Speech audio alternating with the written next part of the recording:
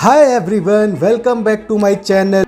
If you are new here, this is my second video and I am excited to keep sharing fun and informative whole 6th class CBSE content with you.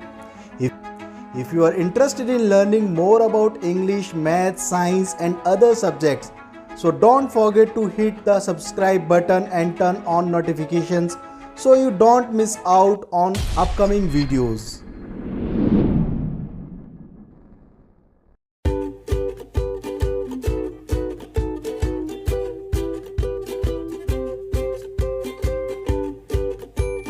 This is the chapter first of class 6th of English from your book Honeysuckle. Name of the chapter is Who Did Patrick's Homework?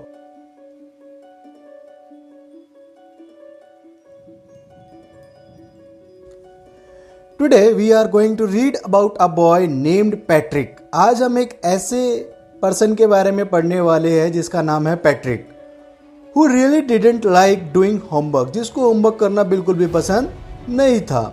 One day, something magical happened that changed his view on homework completely. लेकिन एक दिन कुछ ऐसा होता है कि उसका जो नज़रिया होता है होमवर्क को देखने का या होमवर्क को बोरिंग समझने का, वो बिल्कुल एक दिन चेंज हो जाता है. चलिए आइए एवं बिना टाइम वेस्ट स्टोरी की स्टार्टिंग करते हैं.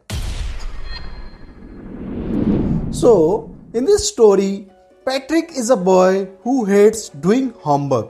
इस कहानी के अंदर पैट्रिक नाम का एक लड़का है जिसको होमवर्क करना बिल्कुल अच्छा नहीं लगता है. उसको होमवर्क करने से बिल्कुल भी क्या है, नफरत करता है वो होमवर्क से. होमवर्क मुझे नहीं करना.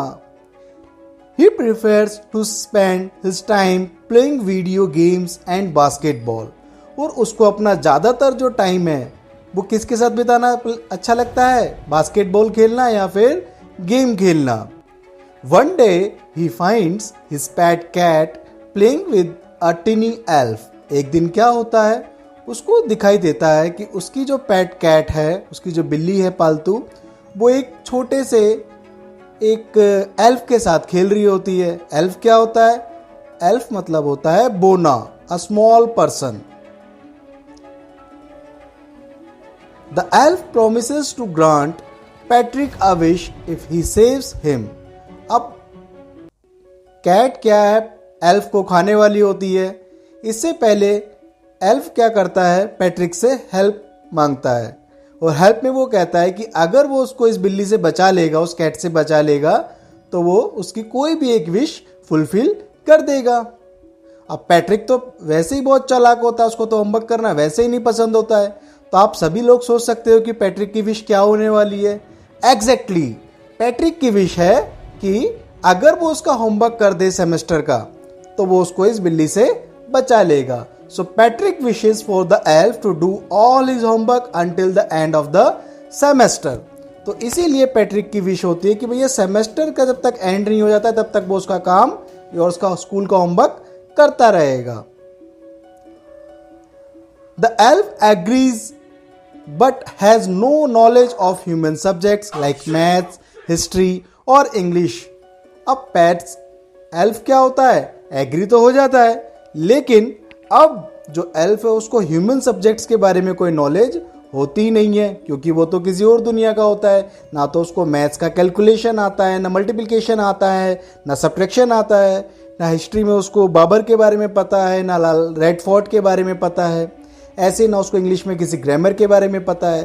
तो इसीलिए अब एल्फ को कोई नॉलेज तो होती ही नहीं है. तो he keeps asking Patrick for help with difficult words.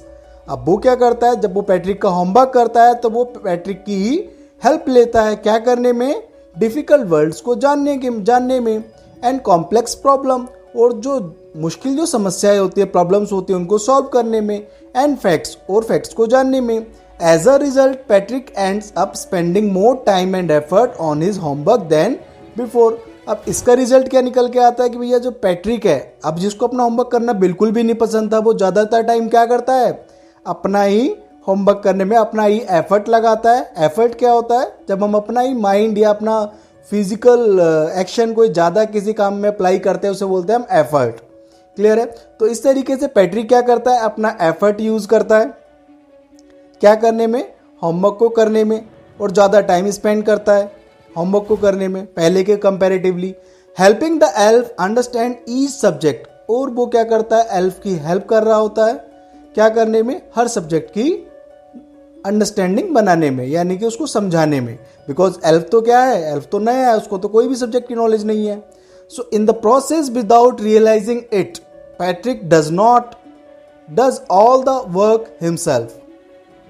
अब इसी प्रोसेस में क्या होता है, ऐसे करते करते करते करते पैट्रिक को पता ही नहीं लगता कि वो सारा काम खुद ही कर लेता है। एल्फ तो बस एक नाम मात्र वहां पे लिख रहा होता है, राइट डाउन कर रहा होता है, बाकी सारा जो माइंड यूज करता है वो कौन करता है, पैट्रिक ही यूज कर रहा होता है। By the end of the semester पैट्रिक्स grades improve.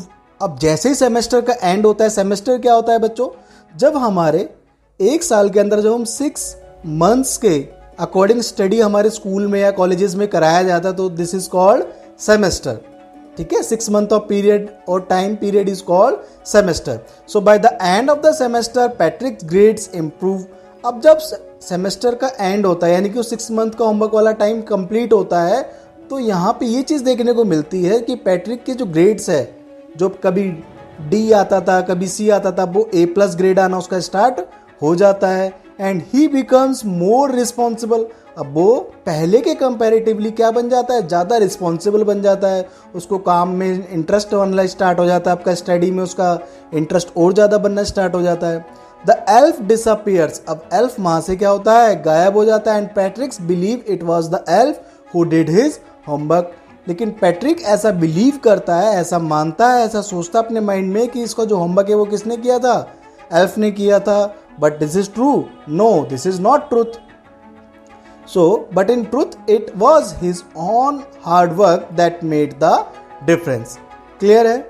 तो ये क्या था, पैट्रिक ही था जिसने हार्ड वर्क से अपने अंदर ये डिफरेंस क्रिएट किया था, यानी कि अपने आप को इम्प्रूव किया था सेमेस्टर होमवर्क्स को कंप्लीट करने में और अपने ग्रेड्स को इम्प्रूव करने में।